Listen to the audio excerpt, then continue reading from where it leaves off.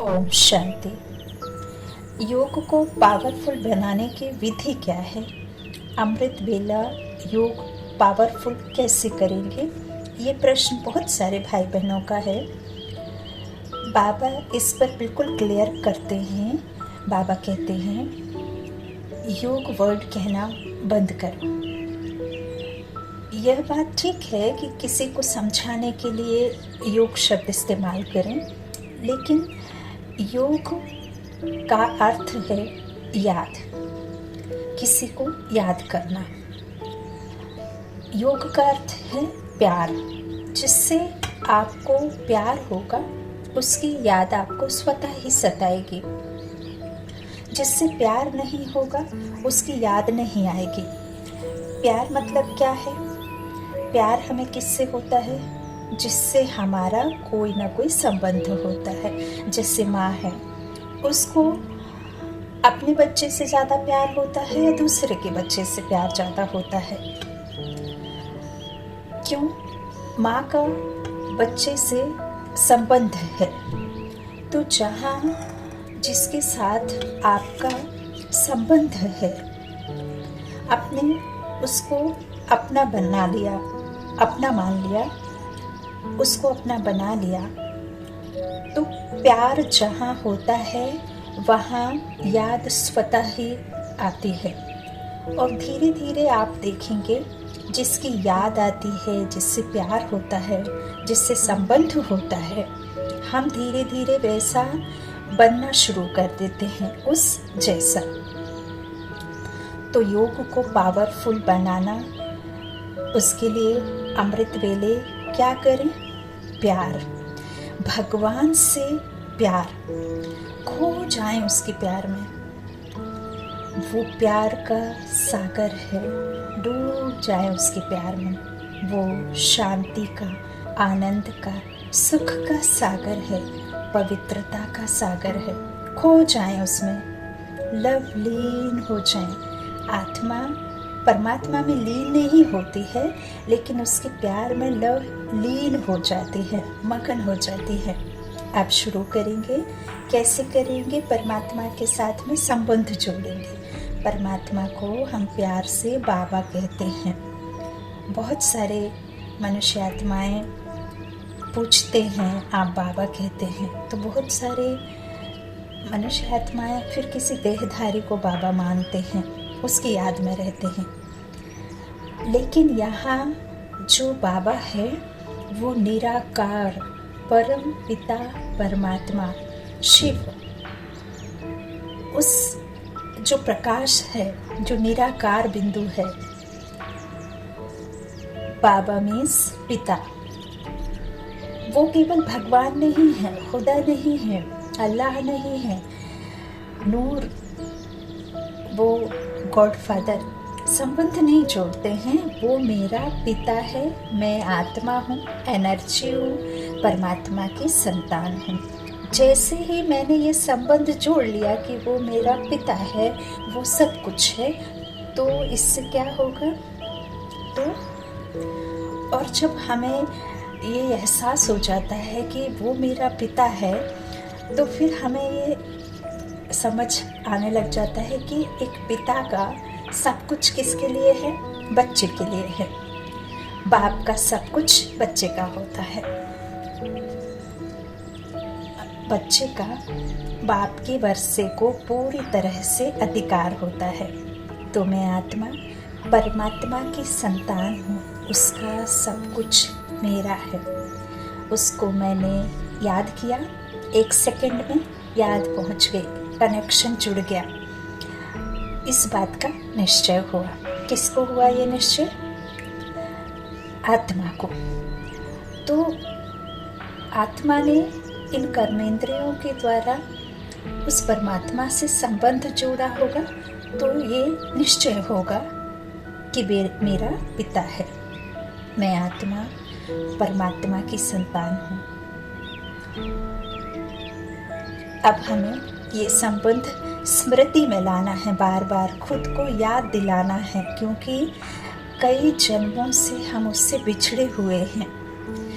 सतयुग त्रेता में तो हमने याद ही नहीं किया, द्वापर कलयुग में हमने याद तो किया, लेकिन हमने पिता के रूप में याद नहीं किया। उसको हमने पुकारा, उसके लिए तड़पे, उसके लिए बहुत कुछ किया, जब तब व्रत, बहुत कुछ किया, पुकारा उसको, लेकिन उसे बिना पहचान के पुकारा, बिना पहचाने हमने उसे आवाज़ लगाई। अब हमें पहचान करिए करना है। उसे याद करने का सबसे अच्छा तरीका है, उससे हमें कुछ भी मांगना नहीं है। मांगना मीन्स अभी तक हमारे पुराने संस्कार नहीं गए हैं, मांगने का हमारा आदत नहीं गई है। भक्ति में भी हम क्या करते आए, हम उससे मांगते ही आए।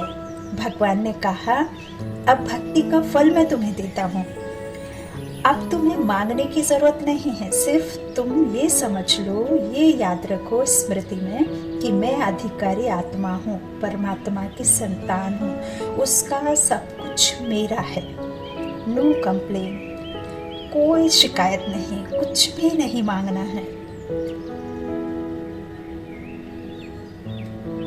मैं अधिकारी आत्मा हूँ, परमात्मा की संतान, बाप के वर्षे की अधिकारी आत्मा,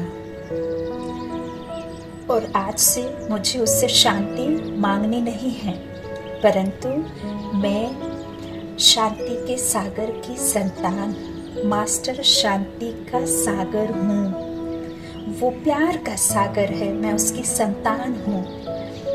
मैं मास्टर प्यार का सागर हूँ।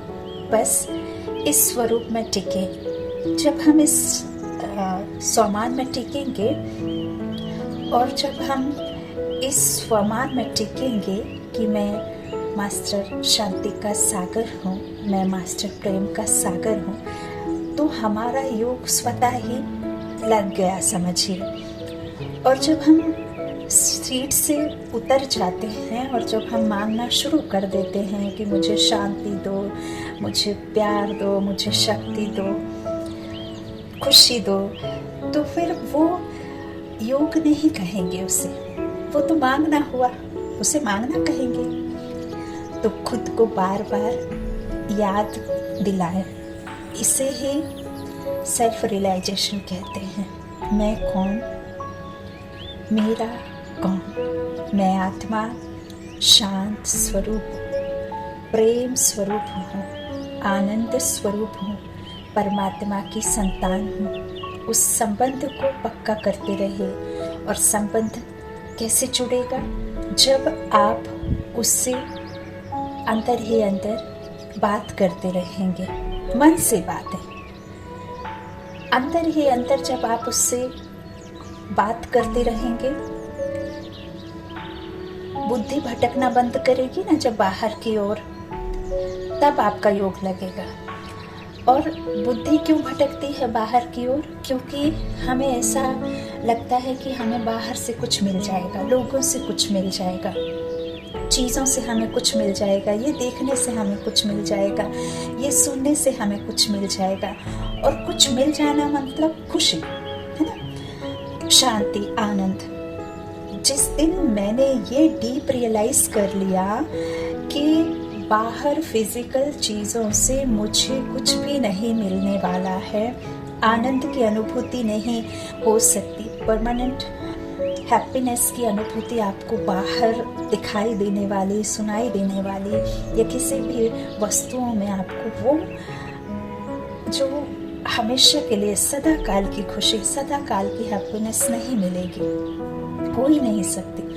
उस दिन बुद्धि भटकना बाहर बंद कर देगी, क्योंकि उसे समझ आ जाएगा कि केवल और केवल एक सुप्रीम गॉड फादर, सर्वशक्तिमान परमात्मा के साथ जब संबंध जोड़ेंगे, तब मुझे परम आनंद की अनुभूति हो सकती है। अति इंद्रिय सुख की जो अनुभूति है वो हो सकती है, शक्तियों का अनुभव हो सकता है। तो बुद्धि को एकाग्र करें केवल एक परमात्मा पर, निराकार बिंदु पर।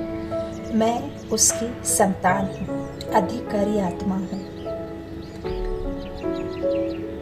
खो जाएं उसके प्यार में। समझ, पिछले 63 जन्मों से मैंने शुरू से कई आत्माओं से प्यार किया, शरीर से प्यार किया, चीज़ों से प्यार किया, पर अब समय आया है संगम युग का। ये सर्वश्रेष्ठ समय है जब हम स्वयं परमात्मा से डायरेक्ट मिलन मना सकते हैं, उसके प्यार में खो सकते हैं और खुद को भरपूर कर सकते हैं। और जैसे ही आत्मा परमात्मा से कनेक्ट होती है तो हम भरपूर हो जाते हैं, संतुष्ट हो जाते हैं। फिर हमें इस दुनिया से किसी से भी कुछ नहीं चाहिए। तो यह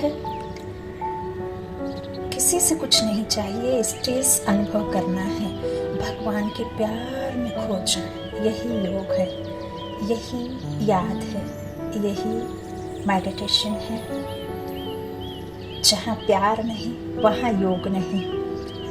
बिना परमात्मा से संबंध जोड़े, बिना परमात्मा का परिचय पाए, बिना खुद का परिचय पाए, उसके प्यार में रह ही नहीं सकते।